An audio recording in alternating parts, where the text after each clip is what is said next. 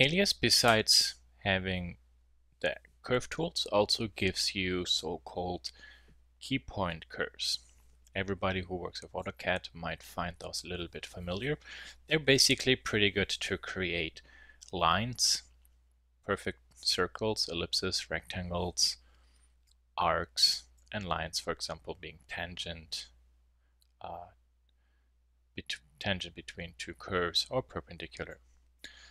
What's really nice about actually the keypoint curves is whenever you have something very specific geometrically or you need to block out some CAD-like data, they can be dimensioned.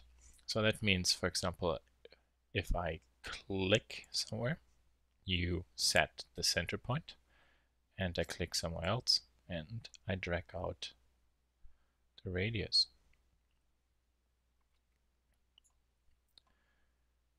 If you double click it, you just get information about the degree and span.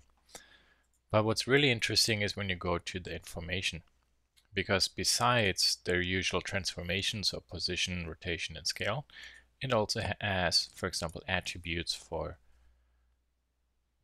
the radius. So you see this can be adjusted. I can also change the openness.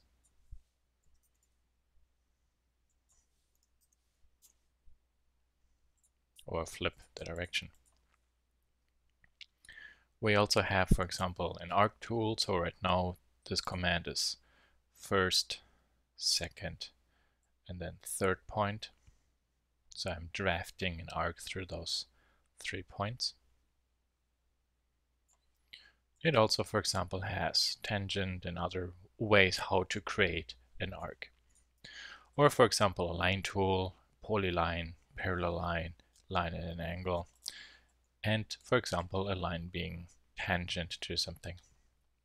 You can also break as well as join, or for example, drag a point.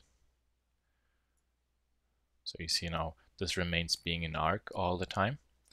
You can't really do this actually with a normal curve because you're deforming that line or that curve too much.